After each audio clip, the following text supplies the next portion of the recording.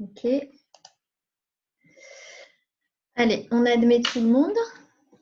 Allez, go. 14. On y va? Allez, hein.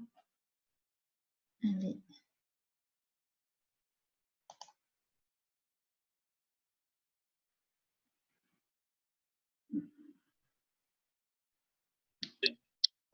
Super. Oui, attendez. Salut Philippe. Excusez-moi. Allô? Hein? Oui. OK. Voilà. C'est bon. Bonjour. Bonjour. Bonjour à tous. Bonjour. Alors, tout le monde est en train d'arriver. On attend quelques minutes que tout le monde se connecte et on ne va pas tarder à commencer.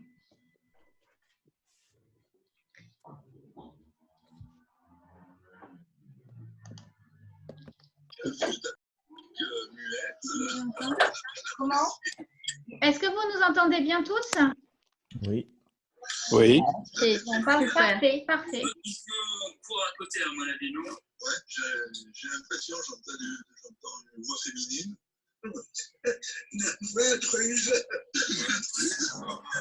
Voilà. Alors, ce qu'on va vous demander à tous pour que vous ayez une meilleure image et un meilleur son, c'est pour l'instant de couper votre caméra et les micros. Et vous pourrez interagir avec nous par chat. Vous nous envoyez des messages et nous les recevons.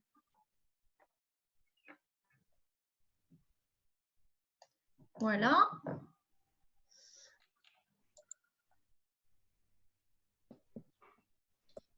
Alors. Tout le monde.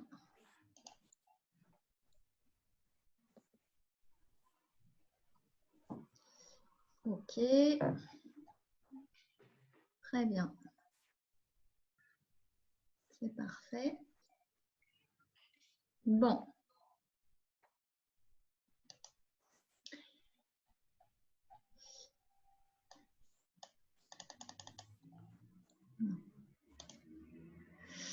OK. Bon, eh bien, bonjour à tous.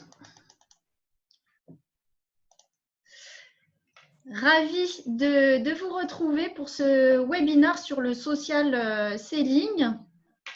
Donc, n'hésitez pas à nous envoyer des messages par chat. Si jamais on ne peut pas vous répondre pendant que nous sommes en train de faire le webinaire ou si vous avez des questions, on vous répondra à la fin du webinaire. On reprendra contact et on répondra à vos questions. Donc, voilà, j'espère que vous nous entendez tous. Hop.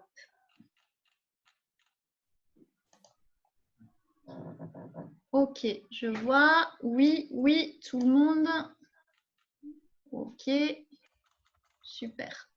Le chat fonctionne aussi. On fait quelques petits checks techniques pour voir si tout est ok.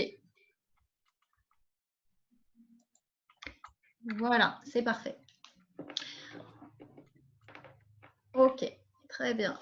Les messages arrivent. Tout le monde est là. Très bien. Bon, alors d'habitude, c'est un atelier qu'on fait physiquement. Hein, on se rencontre avec nos participants. Donc, pour nous, c'est une première aussi de faire cet atelier du coup en webinar. C'est une première aussi parce que nos ateliers d'habitude sont très interactifs et on échange énormément avec les participants puisqu'on met en pratique ce que l'on montre. Donc là, on a un peu adapté aussi, on a adapté le format pour que ce soit plus court également. Donc, on va vous montrer au fur et à mesure, de manière très pratique, les choses à faire. Cet atelier, ce webinaire sera aussi enregistré. Donc, vous pourrez le revoir en replay s'il y a des choses qui vous ont échappé. Et vous aurez tout le support de présentation, du coup, en replay. Voilà. Donc, on va commencer.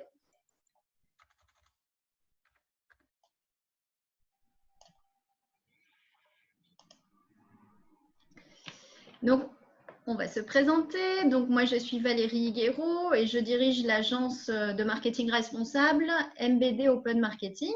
Et je suis avec Jennifer, qui est la responsable éditoriale et social media de l'agence. Donc, vous voyez, on s'est mis une barrière, voilà, pour respecter les mesures d'hygiène et tout en restant côte à côte. Voilà. Alors rapidement, pour vous présenter quelle est l'agence, donc on intervient sur différents pôles de compétences, les études marketing, la stratégie marketing et l'innovation, le marketing digital et opérationnel, et aussi on a une web agency intégrée. Donc vraiment, on couvre toutes les expertises du marketing. C'est bien plus large que de la simple communication, avec une expertise plus particulière en marketing RSE, en marque employeur et formation, et en marketing de franchise et réseau. Voilà. Alors, on va rentrer dans le vif du sujet, hein, puisqu'on est tous là pour ça. C'est vrai que avec cette situation assez inédite, hein, c'est le moins qu'on puisse dire, il faut adapter notre façon, nos habitudes de faire pour la prospection, pour la relation client. On ne peut plus se déplacer comme avant. On ne peut plus entrer en contact physique comme on le faisait avec nos prospects et nos clients. Quelque chose de très simple, hein, les forces de vente ne peuvent plus ne serait-ce se déplacer et aller à l'hôtel. Et bon, donc tout ça, c'est vraiment l'occasion de se poser la question et de se dire qu'est-ce que je peux faire, comment je peux adapter finalement mes habitudes, comment je peux les faire évoluer. Donc, ce webinaire est vraiment dédié à une technique qui s'appelle le social selling et qui va vous aider à qui va contribuer, qui va venir compléter les techniques de prospection habituelles. Alors, tout d'abord, je voudrais vous poser une question. Qui, parmi tous les participants ici, possède une page Facebook? Vous pouvez me répondre par chat. Donc, j'aimerais savoir qui possède une page Facebook et qui a une page LinkedIn. Oui, et LinkedIn aussi. LinkedIn, ok. Alors, la question suivante, c'est parce que très souvent, hein, la plupart des gens ont une page LinkedIn, profil personnel LinkedIn. Est-ce que vous avez une page LinkedIn de votre entreprise?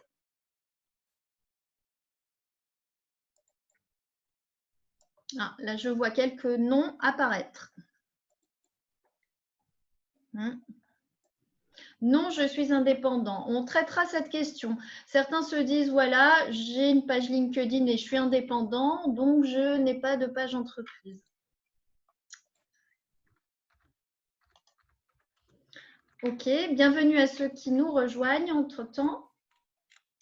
Ok, donc, pas encore. Très bien.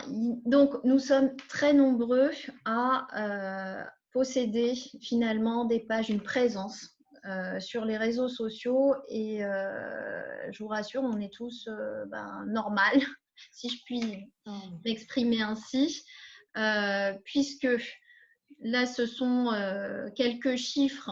Vous pouvez voir sur les réseaux sociaux, vous voyez que tout le monde en France, hein, et les chiffres ont encore augmenté et encore plus maintenant avec le confinement. Même ceux qui n'avaient pas de profil s'en sont créés un.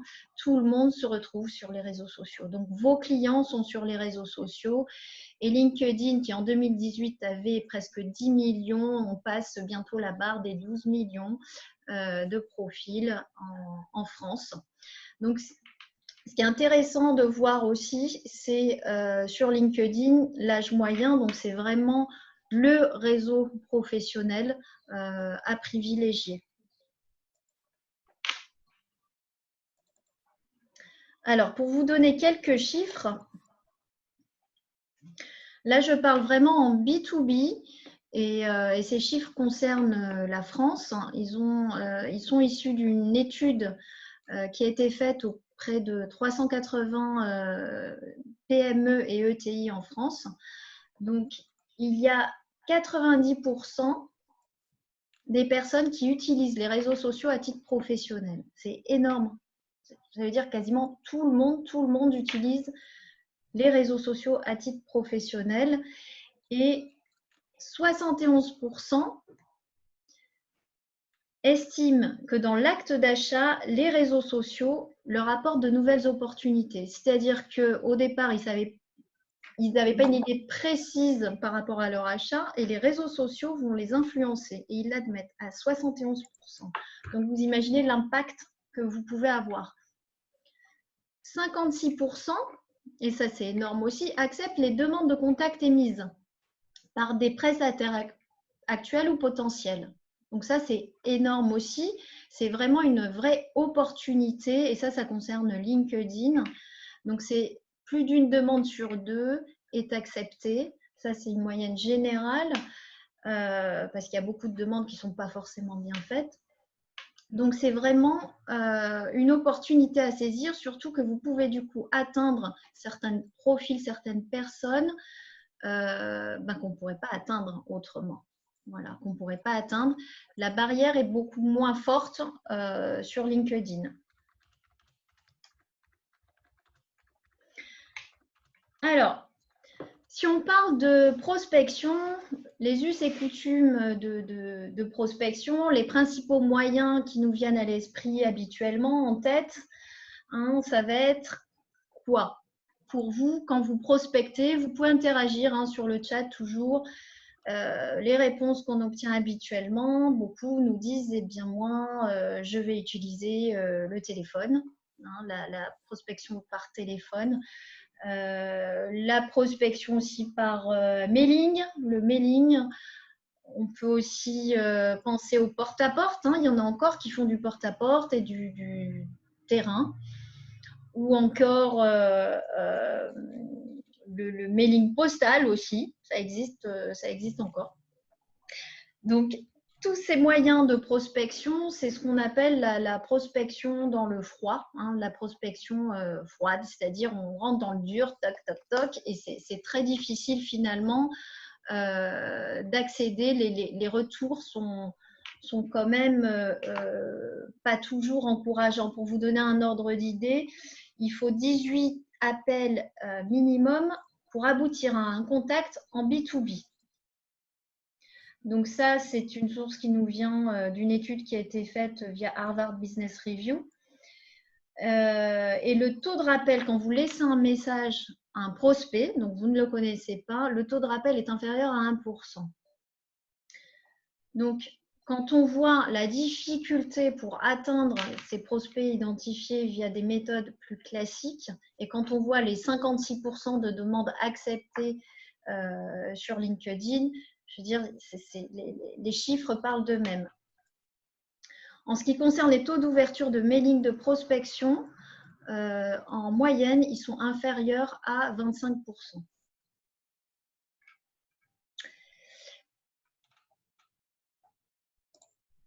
Après, il y a d'autres moyens de prospection qui sont utilisés habituellement. Les salons, bon, aujourd'hui, on ne peut plus en faire et ça va durer un moment. Donc, par contre, c'est pas mal quand c'est bien préparé puisque c'est assez efficace comme outil de conquête. Les réseaux professionnels, donc là aussi, le fait est qu'on ne va plus pouvoir aller dans des réunions de réseaux professionnels. Vous êtes peut-être certains dans des associations, des réseaux, donc c'est difficile. Aujourd'hui, les moyens, idem, ça va être de la relation à distance. Donc, et puis le fameux carnet d'adresses. Un bon commercial, c'est celui qui a un bon carnet d'adresses. Tout ça pour vous dire que finalement, on a toujours été social, c'est-à-dire cette idée de partage. Là, ce sont des exemples, que ce soit les salons, le fait d'avoir son carnet d'adresses et je décroche mon téléphone et je vais à la rencontre, ou les réseaux professionnels dans des associations, c'est plus des rencontres physiques. En fin de compte, quand on va passer sur le social selling, c'est la même chose. Voilà, il faut vous dire que c'est la même chose, à part que ce n'est pas physique et qu'on passe par un réseau social sur le web. Donc, qu'est-ce que le social selling?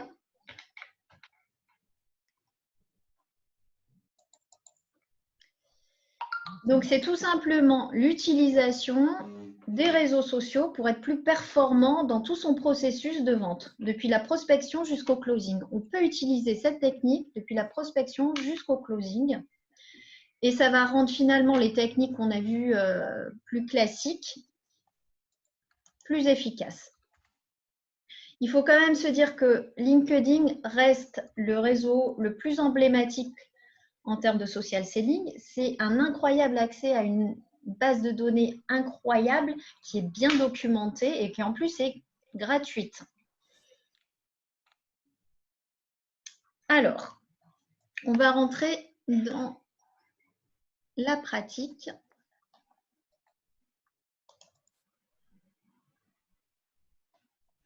Donc, premier principe à retenir quand vous allez commencer la pratique du social selling, et ça c'est important de l'avoir en tête et de le garder toujours en tête. On ne va pas foncer tête baissée. Le rôle du commercial évolue. Ça implique aussi un changement radical d'approche, c'est-à-dire on ne peut pas avoir sur LinkedIn un discours racoleur ou promotionnel et déballer et vendre ce qu'on a à vendre. Ça ne peut pas fonctionner. Il faut se dire que c'est comme un réseau. Si vous allez dans un réseau professionnel, physique, une association, vous n'allez pas rentrer bille en tête et proposer vos prestations ou vos produits. Il faut tout d'abord être à l'écoute des besoins de ces cibles, de ces clients, et vous allez les accompagner dans leur processus d'achat. C'est-à-dire qu'il va falloir gagner leur confiance avant et plutôt finalement susciter l'intérêt pour que ce soit eux qui viennent à vous et demander finalement en savoir plus sur vos produits ou vos prestations, plutôt que de leur présenter directement.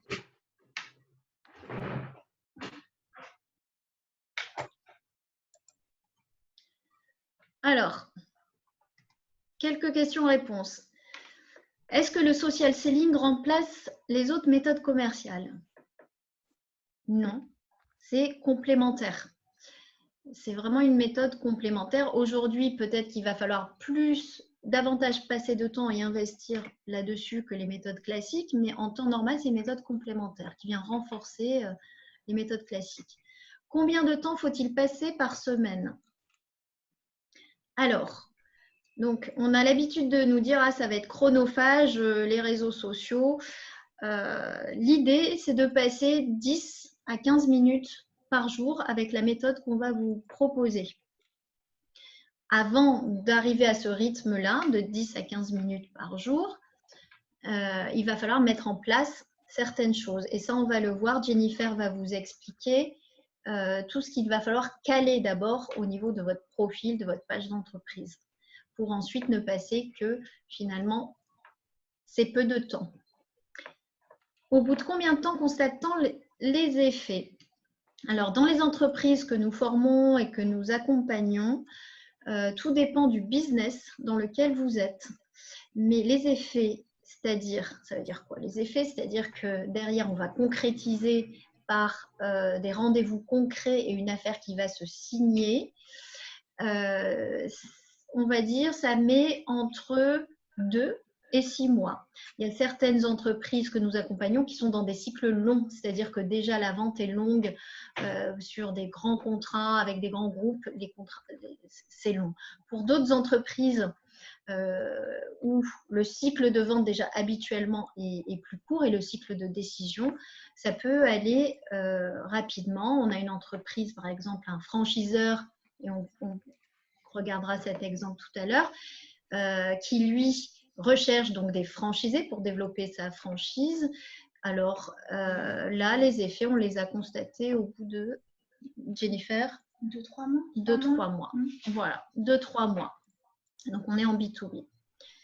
Un social seller et un community manager. Alors, je vais vous donner un truc, c'est qu'il ne faut pas confondre les deux. Ça n'a rien à voir. Un community manager n'est pas un social seller. Un community manager va produire du contenu. C'est un professionnel des réseaux sociaux qui va produire et diffuser du contenu pour animer une communauté de clients sur les réseaux sociaux. Et il agit au nom de l'entreprise. Voilà, il produit du contenu au nom de l'entreprise. Lui pourrait produire du contenu pour la page entreprise. Un social seller, c'est différent. C'est l'individu, c'est vous, c'est la personne. On est d'humain à humain en social selling qui va mettre en place des actions pour entrer en contact avec sa cible et faire du commerce, prospecter.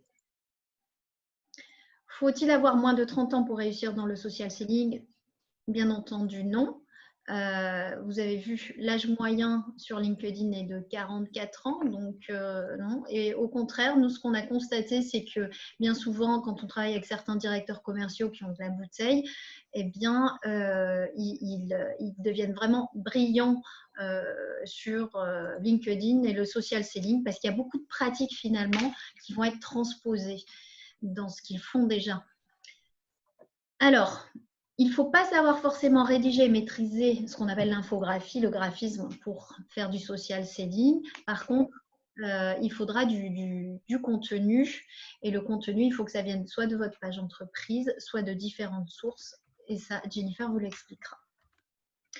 Et justement, le service marketing dans une entreprise ou externalisé, quel va être le rôle? Ça va être de produire du contenu. Non pas de faire du social selling, mais de produire du contenu.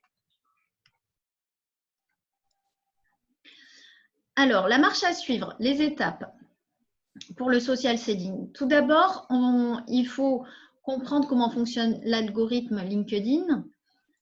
Donc ça, aujourd'hui, on ne le verra pas, mais on l'explique en formation, quand on fait une formation vraiment spécifique social selling.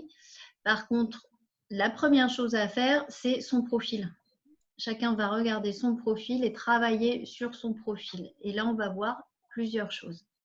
Ensuite, il y a les cibles, se poser les bonnes questions par rapport à ces cibles de prospects, prescripteurs. Donc, ça dépend de chaque métier et chaque secteur. Donc, on fait un travail sur les cibles. Ensuite, on va travailler l'entrée en contact. Donc, savoir comment on rentre en contact, comment interagir, comment élargir son réseau, les erreurs à éviter, les objections. Ensuite, c'est comment entretenir les contacts. Ce n'est pas parce qu'on rentre une fois en contact, il va falloir y retourner plusieurs fois pour que ça se transforme vraiment et convertir le prospect en client. Donc là, pareil, il y a des techniques. Et enfin, ce qui est génial aussi avec le web et tous ces outils, c'est qu'on peut mesurer sa performance. On peut calculer aussi le ROI par rapport au temps qu'on investit dessus, le temps passé et finalement les résultats obtenus, c'est-à-dire le contact obtenu, puis le rendez-vous obtenu, puis le contrat signé. Voilà. Alors, je vais passer la main à Jennifer qui va rentrer dans le côté plus technique et là, qui va vous montrer concrètement sur LinkedIn les astuces et tous les paramètres à mettre en place.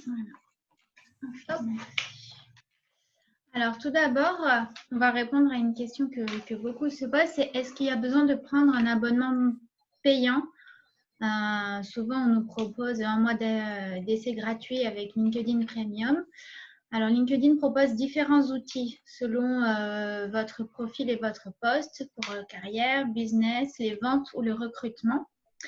Mais là, tout ce qu'on va voir aujourd'hui, il n'y a pas besoin d'abonnement payant. On peut vraiment utiliser LinkedIn comme un outil gratuit, trouver du monde, identifier des cibles et élargir son portefeuille de contacts sans prendre un abonnement payant. Et c'est vraiment tout ce qu'on va voir aujourd'hui.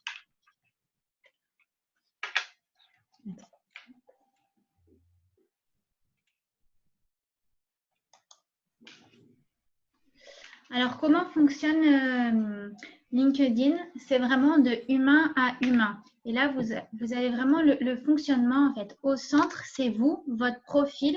Et c'est très important qu'il soit très bien complété parce que voilà, vous êtes au centre de tout. Et ensuite, comment vous pouvez alimenter votre profil personnel et alimenter vos cibles? Ce sera avec le contenu de votre page entreprise, d'autres pages ou de groupes, en publiant vous-même du contenu et en interagissant avec d'autres personnes. Tout ce contenu va aller du coup sur votre profil qui va générer ensuite des likes, des commentaires, du partage de vos relations qui vous suivent. C'est ce qui va enrichir la communauté, enrichir vos contacts, enrichir vos échanges et donc créer une conversion. Et in fine, l'objectif qu'on vise tous, c'est déclencher un rendez-vous IRL, donc dans la vraie vie. Donc oui, c'est vraiment important de beaucoup interagir parce que c'est ce qui va aussi, avec l'algorithme LinkedIn, c'est ce qui va favoriser votre visibilité et que vous soyez visible auprès de plus de contacts sur LinkedIn dans leur fil d'actualité.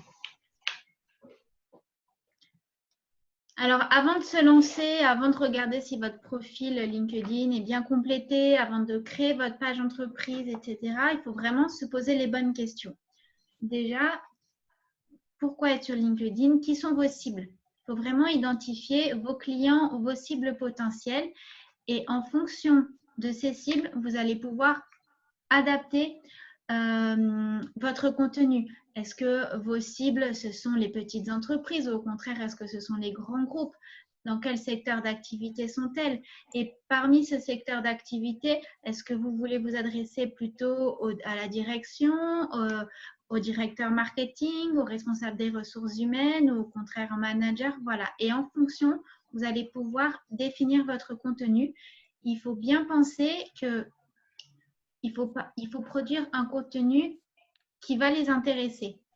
Pourquoi eux, ils s'abonneraient, ils rentreraient en connexion avec vous?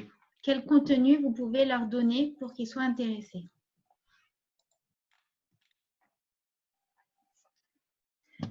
Et ensuite, la page entreprise. Pourquoi est-ce important d'avoir une page entreprise en plus de votre profil personnel? Parce que ça va, tout d'abord, ça va crédibiliser vraiment votre entreprise. Vous allez pouvoir rassurer vos clients, vos cibles. Il faut savoir qu'une page entreprise, c'est un peu comme un moteur de recherche dans Google. Vous allez apparaître, votre entreprise va être mieux référencée sur les moteurs de recherche et c'est aussi vraiment une source de confiance parce que vous avez toutes ces infos sur la page entreprise. Par exemple, je vais vous montrer un exemple avec une entreprise qu'on gère. Voilà, donc il s'agit de l'Atelier Papy qui est une franchise de boulangerie et restauration boulangère comme l'a expliqué Valérie tout à l'heure. Et on a vraiment une présentation complète de l'entreprise, à savoir ici le concept. Et alors nous, l'objectif pour l'Atelier Papy, c'est de recruter de nouveaux franchisés et d'agrandir le réseau. Donc, on s'adresse vraiment à notre cible, donc à nos futurs franchisés. Voilà. Qu'est-ce que vous avez envie de vous reconvertir, de changer de vie? Qu'est-ce que vous souhaitez? En gros, on décrit le profil. Et après, on a vraiment toutes les informations sur l'entreprise. Donc, le site web, le téléphone, le secteur, la taille d'activité, l'adresse, etc. Et ainsi que la position géographique. Voilà, c'est vraiment une vraie carte de visite.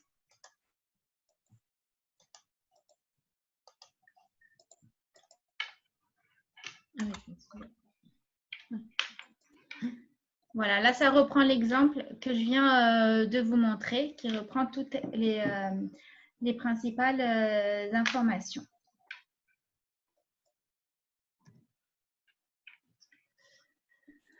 Et maintenant, votre profil personnel. Tout d'abord, c'est important de faire un état des lieux sur votre profil personnel. Et pour ça, il y a le Social Selling Index, qui est en fait une note que vous donne LinkedIn au jour J. Donc, il faut savoir que cette note évolue tous les jours. Donc, pour savoir où vous en êtes, ce que je vous invite à faire, c'est en même temps que moi, c'est taper Social Selling Index dans Google. Voilà. Et vous prenez le deuxième, Social Selling Index LinkedIn. Vous cliquez dessus. Et ensuite, vous cliquez sur « Obtenir votre score gratuitement ». Il faut que vous soyez également connecté à votre profil LinkedIn en parallèle. Et vous allez avoir votre note au jour J.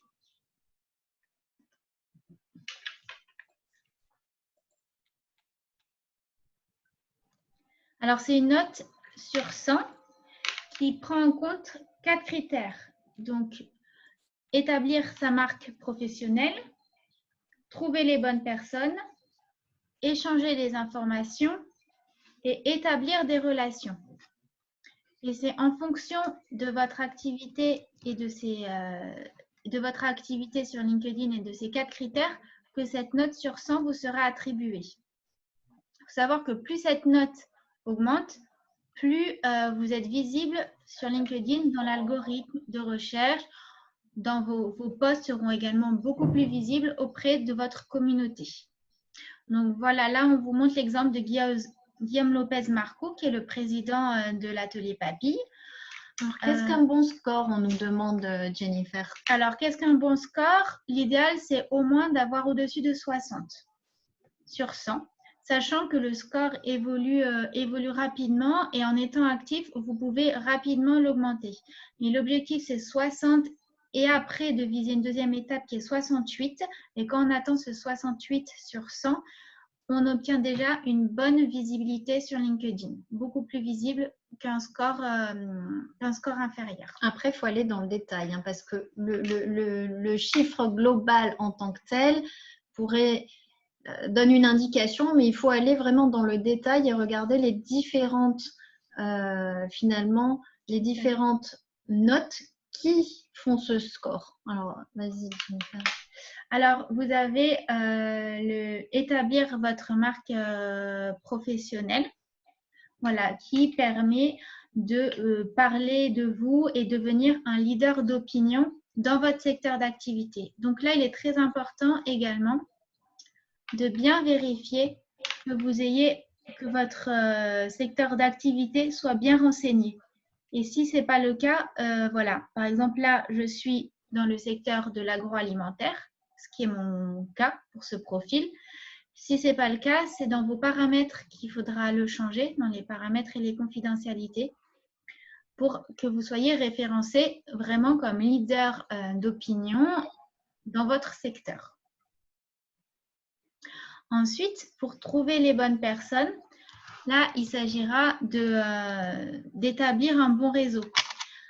Dans votre portefeuille de contacts, l'objectif n'est pas d'avoir des mille et des mille et des cents de contacts. Il faut vraiment avoir des personnes qui correspondent à vos cibles parce qu'en fonction de ça, LinkedIn va vous suggérer d'autres contacts correspondant à votre portefeuille de contacts et pareil pour vos contenus. Donc, n'hésitez pas si besoin à faire du tri. On est vraiment sur un réseau professionnel. On n'est pas les amis, les collègues, la famille. Vous avez fait… Oui, coucou, c'est Roxana. Tu as peut-être eu des réponses entre-temps, mais c'est bon. Okay. Attention, il y a quelqu'un qui a… mais je me suis renseignée, mais oui, il y a quelqu'un qui a laissé son micro. Voilà. Ils t'ont dit oui, donc tu as reçu ou pas l'info? Alors, il y a quelqu'un qui a son micro. Voilà, donc si tu as scanné, c'est bon, donc c'était bon pour 10 000. Voilà. Monsieur Murat, si vous nous entendez, vous pouvez couper votre micro. Qui a ouvert. Bon, après, il ne faut peut-être pas… T'en es où avec ta banque? C'est bon, bon, c'est suffisant. Alors, il faut… Ouais, mais il ne faut pas à un moment donné tout cumuler. Hein. Ce n'est pas non plus très bon. Ok, non, mais ça marche. Allez, bon courage. De rien. Au revoir. Attention à tous. Donc, il y a quelqu'un qui a laissé le micro ouvert. Je pense que c'est Madame Murat. Mince. Ah, Euh, vous pouvez le couper? je suis vraiment désolée. Hein. Pas de souci. On assistait à votre petite conversation téléphonique. Voilà. OK, c'est tout bon, parfait. Merci. Alors ensuite, il y a le critère, c'est échanger des informations. Donc là, ça va être le contenu que vous allez poster. Pareil, il faut qu'il soit pertinent, qu'il corresponde, enfin, qu'il intéresse votre cible. Et ensuite, le critère établir des relations. Pareil, c'est pour renforcer vos relations, échanger, bien cibler pour élargir votre portefeuille de contacts. Et en fonction de ça, ces notes évoluent. Voilà, il y a le 71 sur 100 qui évolue tous les jours et il y a les notes de chaque critère qui évoluent également chaque jour. Donc, n'hésitez pas à faire un état des lieux, à noter votre score aujourd'hui et y retourner dans quelques semaines au fur et à mesure que vous commencez à poster du contenu sur LinkedIn, à interagir avec des relations, etc. Vous allez voir que ça change et que ça augmente, mais que ça peut aussi redescendre si vous restez sans activité pendant plusieurs jours. Alors, on a une question là. Par rapport à tout ça, c'est l'algorithme LinkedIn hein, qui finalement donne toutes ces notes. Alors, une question, faut-il éliminer des gens de sa liste de contacts LinkedIn, c'est-à-dire faire le tri? Oui, c'est ce que je disais tout à l'heure. Vous pouvez faire le tri et vraiment ne garder que les contacts qui correspondent à vos cibles. Vous pouvez aussi garder, souvent on nous demande, est-ce qu'on doit garder nos clients, nos collègues de travail. Vos clients, si ça peut être des ambassadeurs de votre marque, bien sûr que vous pouvez les garder. Voilà, c'est vraiment à trier au one shot en fait, vraiment les identifier un par un. Mais en revanche, pas besoin d'avoir votre famille ou un ex-collègue qui va pas forcément parler de votre marque et qui va rien vous apporter entre guillemets sur votre entreprise et vous servir. Voilà, vous pouvez avoir des amis dans le sens où professionnellement vous vous dites qu'ils peuvent apporter quelque chose. Sinon, les amis, laissez-les sur Facebook. Voilà. LinkedIn, c'est vraiment, si vous voulez l'utiliser à des fins de social selling et pour que l'algorithme LinkedIn comprenne, vous rende visible auprès de vraiment votre cible, vos prospects, il faut que dans votre portefeuille de contacts, vous ayez le plus possible de personnes que vous aimeriez, avec qui vous aimeriez entrer en contact, faire du commerce. Ça peut être aussi des prescripteurs. Ne négligez pas les prescripteurs. Alors, et donc, oui, juste une chose, dans ce score, le plus facile à avoir, c'est établir des relations. Parce que là, l'algorithme calcule le nombre de contacts que vous avez dans votre portefeuille et le nombre de demandes. Le plus difficile, c'est construire votre marque professionnelle. Parce que là, il faut être. Donc, l'algorithme va vérifier si par rapport à votre profil, ce que vous avez renseigné, par rapport à ce que vous likez, quand vous interagissez, les posts que vous allez faire, si c'est cohérent, c'est vraiment. Et si surtout vous publiez des posts. Donc là, c'est construire votre marque professionnelle ou des articles. Donc, c'est la note qui, en général, voilà, et ce qu'on constate, hein, est la plus basse. Trouver les bonnes personnes. Donc là, c'est vraiment en relation avec votre portefeuille de contacts dans LinkedIn. Donc, la cohérence. Et échanger des informations, c'est quand vous interagissez sans forcément écrire. Voilà. Alors, on va revenir. Et le score correspond à votre page perso, hein, pas à la page pro hein, de ce qu'on appelle le social index. Profil personnel, à votre profil. Il y a des moyens aussi de transférer tous ces contacts rapidement sur LinkedIn. D'ailleurs, LinkedIn vous le propose régulièrement. Donc, faites attention parce que si votre carnet de contacts, par exemple Outlook ou votre messagerie n'est pas à jour, il vous reprend tout. Hein. Donc, c'est dans les paramètres, c'est une des fonctions de LinkedIn. On peut très facilement, au contraire, LinkedIn adore ça, récupérer vos contacts. Alors, pour augmenter votre score, il y a déjà une chose indispensable à avoir, c'est un profil personnel bien complété. Alors, à savoir, qu'est-ce qu'un profil personnel bien complété? Je vais vous le montrer pareil en direct.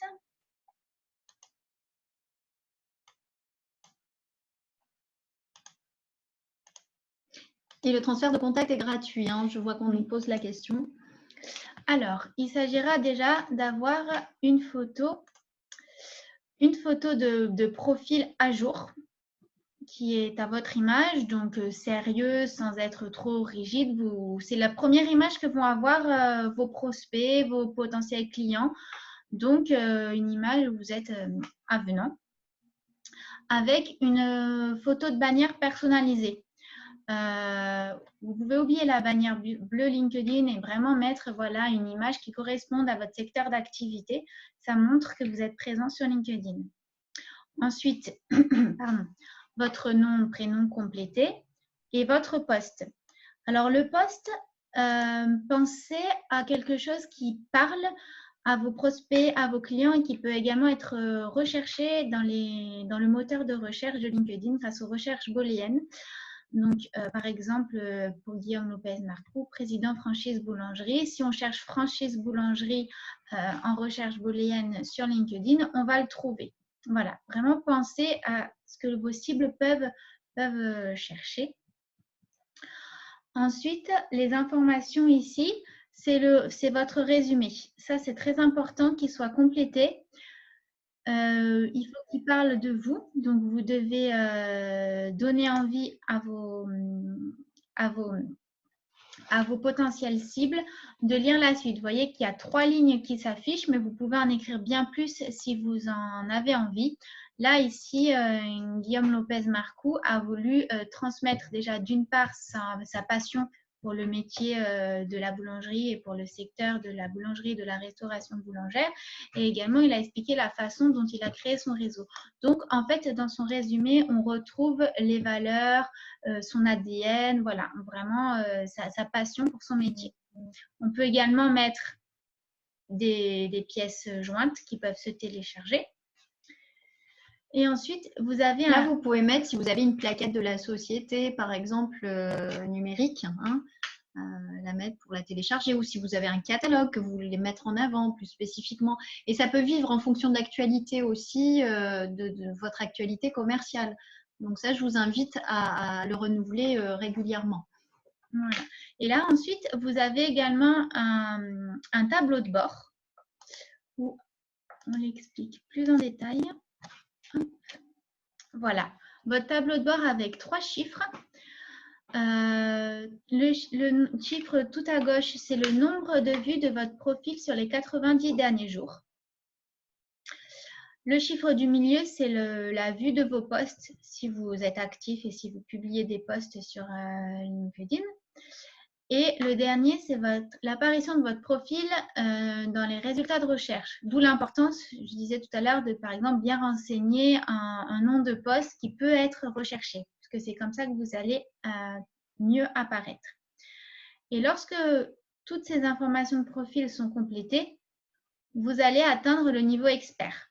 Si vous êtes au niveau intermédiaire, beaucoup sont au niveau intermédiaire en général, souvent c'est qu'il vous manque votre résumé.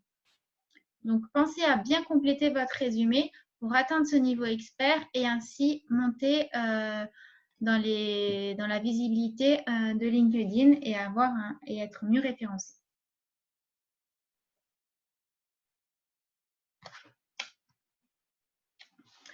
Ensuite, le résumé, donc ce que je vous montrais tout à l'heure ici, voilà, avec notre exemple de Guillaume Lopez-Marcoux. Pour avoir un résumé efficace, il faut montrer en tout premier lieu ce que vous apportez à votre cible, à vos clients, à vos prospects. L'objectif, ce n'est pas de reprendre toute votre expérience et de dire pendant 10 ans, j'ai travaillé ceci et j'ai fait ça comme métier. C'est vraiment de montrer en quelques lignes pourquoi on doit vous suivre, qu'est-ce que vous apportez de plus et qu'est-ce que vous faites de différent par rapport à vos concurrents. Qu'est-ce qui vous motive? Qu'est-ce qui vous fait vous lever le matin? Pourquoi vous aimez votre métier? Et vous pouvez également mettre des mots-clés des hashtags, terminer en des hashtags, ça peut être important. Et des call to action. Vous pouvez très bien mettre votre mail professionnel, votre téléphone, si vous voulez qu'on vous appelle rapidement sans que les prospects ont besoin de chercher vos coordonnées. Vous pouvez très bien le mettre dans votre résumé.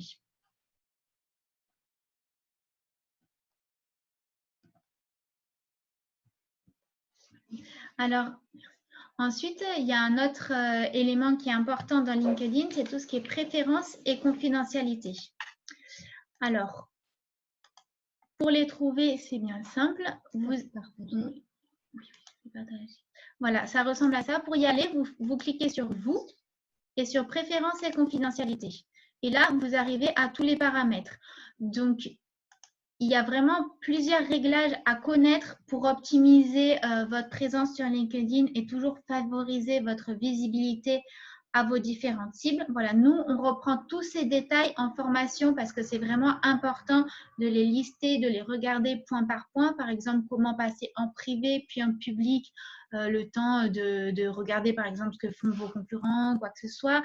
Si vous mettez vos paramètres à jour, également, il faut décocher certains paramètres pour envoyer des notifications toutes les 2 minutes à tout votre réseau, sous peine qu'ils se désabonnent. Voilà, c'est vraiment important de prendre le temps de regarder ces paramètres point par point et c'est vraiment ce qu'on fait en formation pour être sûr que les bons paramètres soient bien cochés.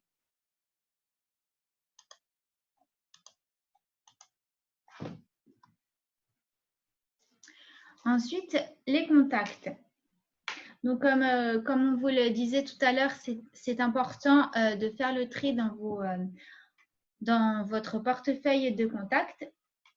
Et ensuite, il faut savoir qu'on n'est pas forcément obligé d'envoyer des demandes de connexion tout de suite quand on identifie un contact intéressant. Il y a vraiment une différence entre suivre et se connecter. Si on identifie un potentiel prospect, d'abord, il vaut mieux le suivre, ce qui vous permettra de voir tout son contenu. À chaque fois qu'il publie un contenu, vous allez le voir apparaître sur votre fil d'actualité et là, vous allez pouvoir commencer à interagir avec lui, à liker, à commenter, à partager. Et là, cette personne va voir que le contenu qu'il produit vous intéresse. Et ensuite, voilà, donc c'est vraiment le bouton « Suivre ». Et sinon, vous avez l'option « Se connecter » qui se fait plutôt dans un second temps, où là, une fois que vous voyez que vous interagissez régulièrement avec la personne, à ce moment-là, vous pouvez lui faire une demande de connexion, toujours en ajoutant une petite note. Au moment de cliquer sur « Se connecter », vous avez la possibilité d'ajouter une note. Ajoutez un petit mot pour montrer pourquoi vous voulez être en contact avec cette personne. Qu'est-ce que vous avez de commun? Qu'est-ce que vous pouvez vous apporter mutuellement, en fait?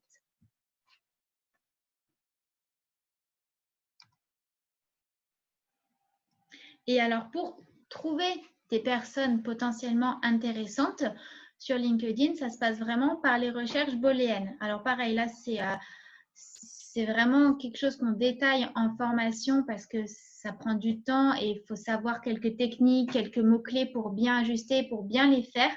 Mais il faut savoir que sur LinkedIn, on peut vraiment chercher de manière très fine, très précise.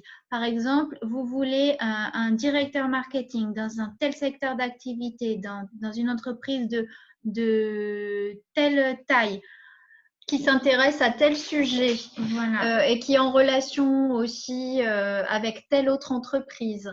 Donc tout ça, en fait, on le fait via des recherches booléennes.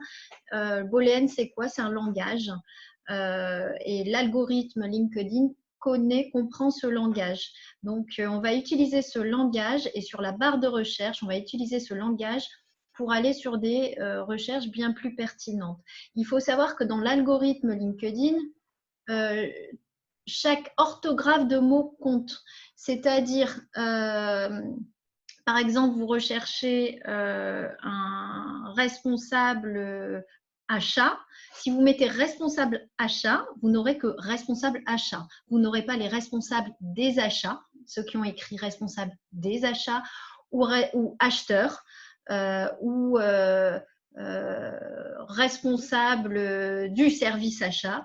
Donc, il faut savoir que l'algorithme LinkedIn, quand vous écrivez simplement, quand vous écrivez le mot, il va rechercher strictement que ce mot-là. Et on le sait tous, il y a 36 000 façons d'exprimer sa fonction. D'où l'importance des recherches booléennes parce que ça permet de vraiment ratisser large au niveau des fonctions pour vraiment couvrir tous les types de personnes que vous recherchez qui auraient noté leurs fonctions de façon différente. Donc, c'est une des utilisations des recherches booléennes. Et ensuite, on peut les croiser avec plein de critères pour affiner vos recherches. Voilà, donc en fait, LinkedIn, c'est vraiment un énorme carnet de contacts. Et c'est ensuite à vous d'aller piocher, vraiment de faire des recherches précises pour trouver le bon contact très ciblé qui correspondra précisément à votre cible. Et une fois que vous avez mis en place ces recherches booléennes, que vous avez identifié un potentiel prospect, comment entrer en contact? C'est la question. On a tous tendance à se dire, je vais le demander en connexion, ce sera une nouvelle relation et hop, on sera en contact. Non, c'est vraiment intrusif comme méthode, trop intrusif parfois. La personne, on ne la connaît ni d'elle ni d'Adam, on ne va pas demander tout de suite une connexion. On va d'abord, comme je disais tout à l'heure, interagir avec lui. Donc, on va d'abord commencer par suivre la personne. Alors, si cette personne est active, c'est facile, on interagit, on like, on commente, la personne voit qu'on s'intéresse à son contenu et ensuite on pourra faire une demande de relation. Mais si la personne n'est pas active, ça peut arriver. C'est plus de 80%, hein, presque même 90% des membres LinkedIn en fait ne publient rien. Voilà. Donc là, on avait l'exemple, par exemple, de notre franchiseur Guillaume Lopez-Marcoux qui publie. Donc là, c'est facile, on peut liker, partager, etc., s'intéresser à son contenu. Mais s'il ne publie rien, comment on peut faire? Alors, il y a plusieurs petites astuces. Ça va être déjà regarder ses informations de profil, d'où l'importance d'avoir un profil bien complété. Par exemple, est-ce que vous avez des études en commun, une passion commune, un instrument de musique, vous avez une expérience de bénévolat en commun? Un détail qui peut jouer et qui peut donner envie d'entrer en contact de cette manière. Bonjour, je vois que nous sommes en lien sur ça, etc. Et ensuite, vous pouvez enchaîner. On a aussi la possibilité d'avoir une relation en commun. Ça peut également jouer. Voilà. Il faut vraiment essayer d'aller trouver dans le profil un point commun pour pouvoir intéresser cette personne et pour montrer ensuite ce que vous pouvez vous apporter mutuellement.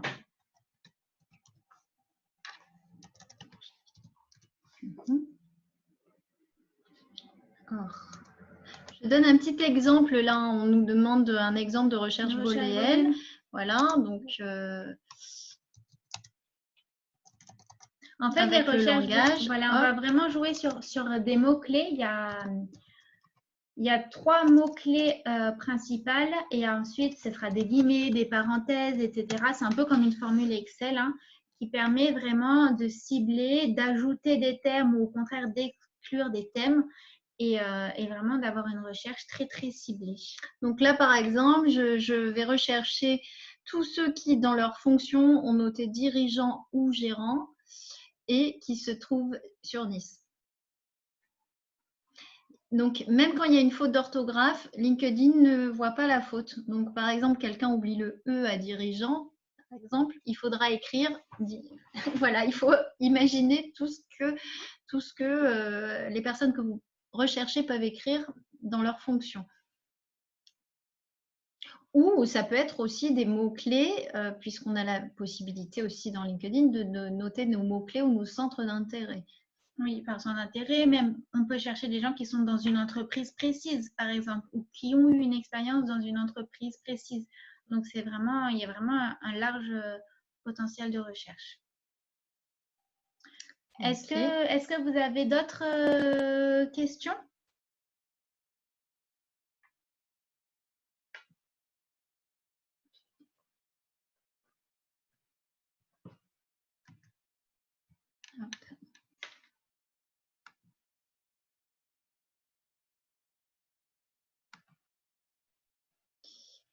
Hop, hop, hop.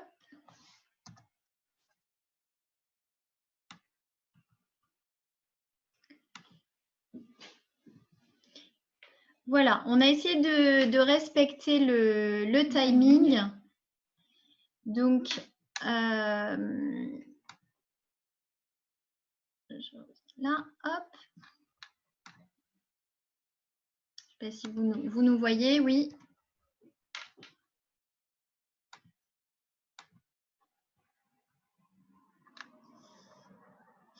Voilà, donc merci à tous d'avoir participé à ce webinaire. Nous, c'était notre premier sur ce thème précis. Donc, c'est vrai qu'on a dû s'adapter. D'habitude, on va regarder les ordinateurs de chacun pour vous montrer comment faire directement sur votre profil, etc. Donc, voilà. On a essayé d'être aussi le plus pragmatique possible, mais en temps restreint. Je tenais aussi à vous faire part d'une formation qu'on réalise et qui est prise en charge, là, comme vous le savez, à 100% par l'État, qui est fait à distance et personnalisé avec notre formatrice spécialisée en social selling, qui va vraiment avec vous, du coup, vous aider à remplir votre profil, remplir tous les paramètres, faire les recherches avec vous, vous aider à nettoyer votre portefeuille de contacts et mettre en place une vraie stratégie en fait derrière de recherche. La formation se fait en 3 fois 2 heures, voilà, par groupe de 3 maximum. Et ensuite, vous êtes suivi par notre formatrice pendant 6 mois pour vous aider à trouver les contacts et à les concrétiser surtout, aller jusqu'au bout. Donc, avec un point mensuel avec elle.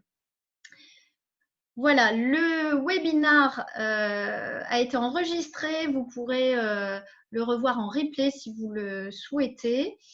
Et puis, voilà. Merci à tous. Merci pour votre participation. C'est l'heure de se dire bon appétit. Voilà, au revoir. Bonne journée, au revoir.